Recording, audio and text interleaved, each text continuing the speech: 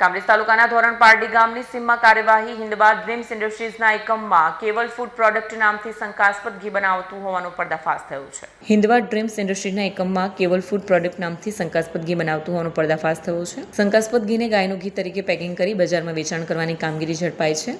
સુરત ગ્રામ એલસીબીએ ગેરકાયદેસર નેટવર્ક ઝડપી પાડ્યું છે। પોલીસે સ્થળ પર કાર્યવાહી કરી શંકાસ્પદ ઘી તથા પેકિંગ સામગ્રી સહિતનો જથ્થો ઝડપી પાડ્યો છે। જપ્ત મુદ્દામાલની કુલ કિંમત ₹52,79,761 છે। બનાવટી ચીજવસ્તુઓના ઉત્પાદન અને વેચાણ સામે સુરત ગ્રામ પોલીસની મોટી કાર્યવાહી નોંધાઈ છે। કામગીરીમાં બનાવટી ખાદ્ય પદાર્થોના નેટવર્ક સામેની કાર્યવાહીની અન્ય ગેરકાયદેસર પ્રવૃત્તિઓ પર પણ પોલીસની કડક નજર હોવાનું સ્પષ્ટ થયું છે। પોલીસ મહાનિરીક્ષક શ્રી પ્રેમવીરસિંહ સાહેબ તથા પોલીસ અધિક્ષક શ્રી રાજેશ ગઢિયા સાહેબ નાઓએ વિસ્તારમાં ચાલતી ગેરકાયદેસર પ્રવૃત્તિઓ શોધી કાઢી કાયદેસર કાર્યવાહી કરવા માટે આપેલ સૂચના અનુસંધાને એલસીબીની ટીમ વિસ્તારમાં પેટ્રોલિંગમાં હતી। તે દરમિયાન મળેલ બાતમીના આધારે ધોરણ પારડી ગામની સીમમાં આવેલ હિન્દબાદ ડ્રીમ્સ ઇન્ડસ્ટ્રીઝના આવેલ પ્લોટ નંબર G1માં શંકાસ્પદ ઘીની બનાવટનો જથ્થો તૈયાર કરી પેકિંગ કરવાનું નેટવર્ક ચાલે છે।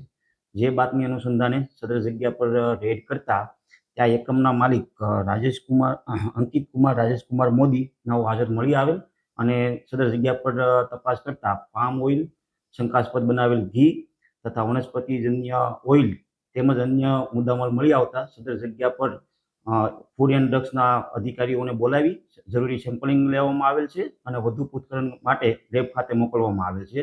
મળી આવેલ મુદ્દામાલમાં જગ્યા પરથી શંકાસ્પદ ઘી તૈયાર કરેલ 5 ટનથી વધારે છે તેમજ પામ ઓઇલ, વનસ્પતિજન્ય તેલ તેમજ અન્ય સામગ્રી મળી કુલ 52 લાખ ઉપરાંતનો મુદ્દામાલ સીલ કરવામાં આવેલ છે। સભ્ય વેચાણ ક્યાં થતું હતું, કઈ રીતના પેકિંગ તૈયાર કરવામાં આવતા હતા, આ અંગે જાણોજોગ દાખલ કરવામાં આવેલ છે અને વધુ પૂછપરછ હાલ ચાલુ છે। પ્રાથમિક પૂછપરછ અનુસંધાન આ જે ખાસ કરીને ઇન્ડસ્ટ્રીયલ એરિયામાં રહેતા મજૂરો જેવી જગ્યાએ વેચાણ કરવામાં આવતું હતું। કેટલા સમયથી નેટવર્ક ચાલતું હતું? પ્રાથમિક પૂછપરછ અનુસંધાને 1 વર્ષથી આ નેટવર્ક ચાલતું હતું।